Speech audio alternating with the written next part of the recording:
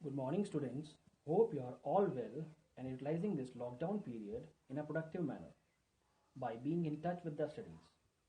Students, my today's video relates to English book Snapshots for class 11. Today I am going to explain you the first chapter of Snapshots, that is The Summer of the Beautiful White Horse by William Saroyan.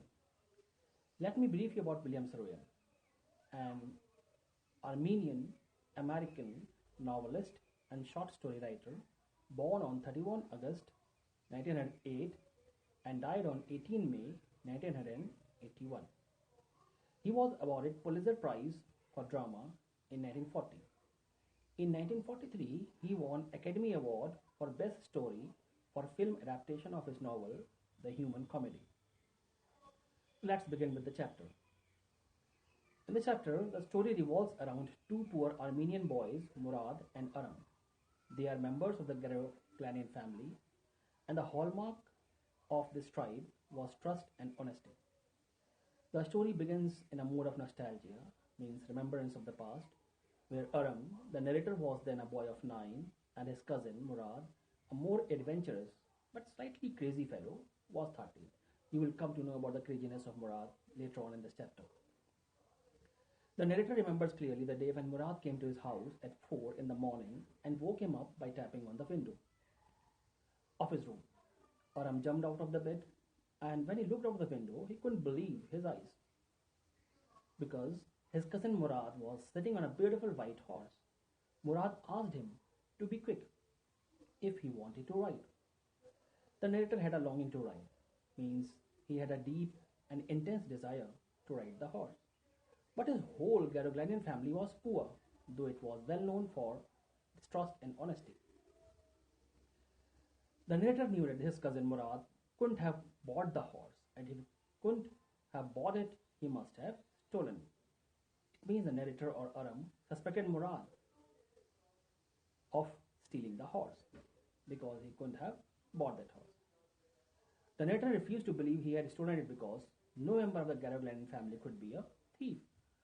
Means though Aram suspected Murad to be a thief, but as the hallmark of their tribe was trust and honesty, he couldn't believe that. The narrator, Aram, asked Murad where he had stolen that horse. Murad did not reply, but asked him to leap out of the window if he wanted to ride. He knew that Murad was crazy regarding horses. Stealing a horse for a ride was not the same thing as stealing money or stealing a horse and selling it. It means stealing a horse for a ride was not considered by them as stealing. They used to think that if they steal money or if they sell the stolen horse in the market to gain profit, that is stealing. And I think this is one of the crazy thing in them. The narrator leaped into his clothes. He jumped down to the yard from the window and leaped up onto the horse behind his cousin Murad.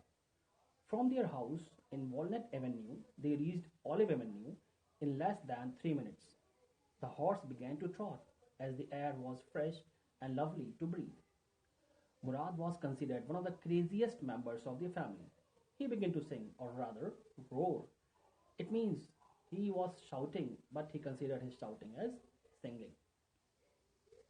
They reached the open country, or the village area, and let the horse run as long as it felt like running. At last Murad asked Aram to get down, as he wanted to ride alone. Aram asked him if he would let him ride alone. Murad replied that it was up to the horse, means if the horse will allow you to ride on its back, then only you can have the ride. The narrator got down and his cousin Murad kicked his heels into the horse and shouted, "Wazir, run." The horse stood on its hind legs, snorted and ran forward at a fast speed. Murad raced the horse across a field of dry grass to an irrigation ditch.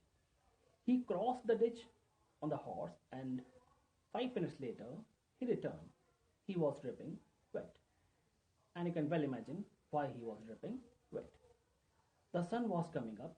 Now the narrator leaped to the back of the horse, but the horse did not move. At the suggestion of Murad, he kicked into the muscles of the horse. It reared, snorted, and began to run. The narrator did not know what to do because he did not know how to ride the horse. Instead of running across the field to the irrigation ditch, the horse ran down to the road to the vineyard of Dikran Halebian and leaped over 7 vines before Aram fell. It means the horse destroyed the vines of the Dikran Halebian's vineyard. And then Aram also fell down from the horse. Murad came running down, and surprisingly, he was not at all worried about Aram, but he was more worried about the horse. Then both of them searched the horse in different directions. It took Murad half an hour to find the horse and bring him back. Murad hid the horse in a deserted vineyard belonging to farmer Fet Vizian, and there were some oats and dry alfalfa in the barn. Barn means the room or the storehouse to store grains. It occurred to narrator that Murad had been taking early rides for some time and had come to him that morning only. He inquired, "How long ago did you steal the horse?" Murad did not like the question. The narrator rephrased it. "How long did you begin riding every morning?" It means the narrator suspected that Murad had been riding the horse earlier also, but today only he had come to him to offer for ride. So Murad replied, "Not until this morning." He was obviously not speaking the truth, but he convinced Aram by saying so. Murad then told Aram that it wasn't easy to get the horse to behave so nicely.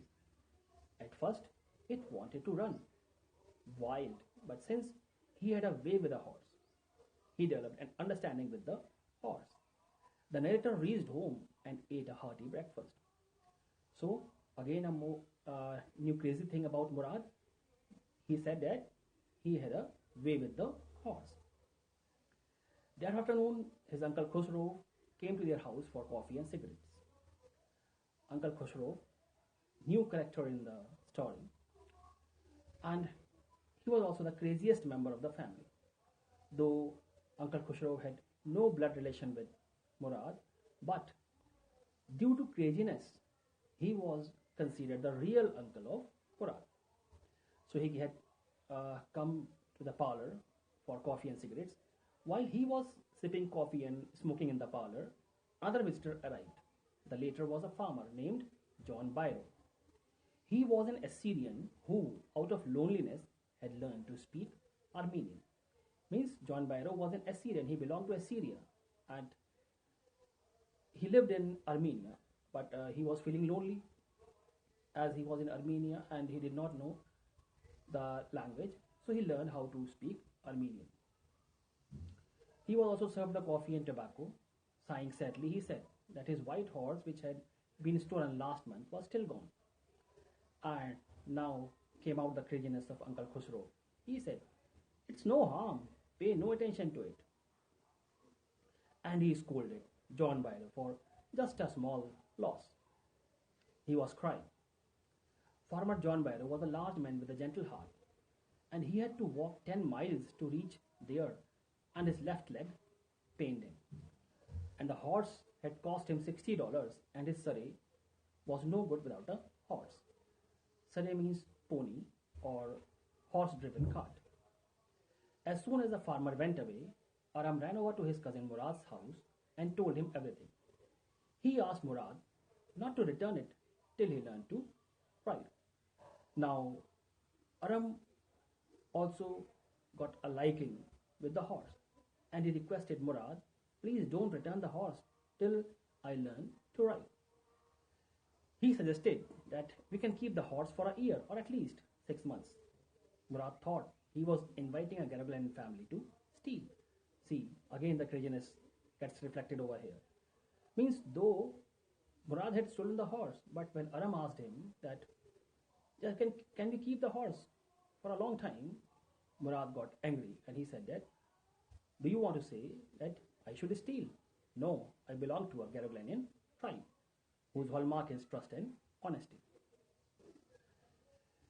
So Murad decided to return the horse to its true owner. Early every morning for 2 weeks, Murad and Aram took the horse out of the barn of the deserted vineyard where they were hiding it and rode it. Every morning the horse would leap over grapevines and small trees and throw Aram and run away. Still, Aram hoped to learn to ride as Murad rode. So daily, Aram and Murad used to ride the horse, and every day Aram fell down from the horse, but he hoped that one day he will learn how to ride. One morning, on the way to Fetwajian's deserted vineyard, they came across farmer John Byro, who was on his way to town. Murad greeted him, and the farmer studied the horse eagerly and wished them good morning back. He asked the name of their horse. Murad replied that they called it My Heart. John Byro called it a lovely name for a lovely horse. He was certain that it was the horse which had been stolen from him many weeks ago. He asked if he might look into the horse's mouth. So now John Byro suspected that it was his horse, and he requested Aram and Murad that if he can look into the mouth of the horse. Murad permitted. On examining the teeth of the horse, the farmer was ready to swear that it was his own horse. But since the fame of their family, or you can say the family of Murad and Aram, was known for trusted honesty, he would not call it the stolen horse. Still, he called it the twin of his horse. Early the next morning, the boys took the horse to John Byro's vineyard and put it in the barn. Murad put his arms around the horse, pressed his nose into horse's nose, patted it, and then they went away. That afternoon, John Byro came to their house in his surrey and showed the narrator's mother the horse that had been stolen and returned. He was surprised to find the horse stronger than ever and better tempered too. Means the horse was behaving more nicely as it used to do earlier. He thanked God. Uncle Khushro, who was in the parlor, became irritated and shouted at him to be quiet. He observed that his horse had been returned and repeated his pet phrase, "It's no harm, pay no attention to it." It means when the John Byro informed at the parlor to Uncle Khushro that he has got back his horse. So the same phrase was repeated by Uncle Khushro, "Pay no attention to it, it's no harm." Let me tell you about one more incident about Uncle Khushro. Once he was sitting somewhere and his son came to him informing that your house has got fire. So instead of reacting in a normal manner, he reacted in a weird manner and said, "It's no harm, pay no attention to it." So these two characters, Khusro and Murad, I think are the funny characters in this chapter. So that's all from this chapter. Thank you, children. For any queries, you can contact me.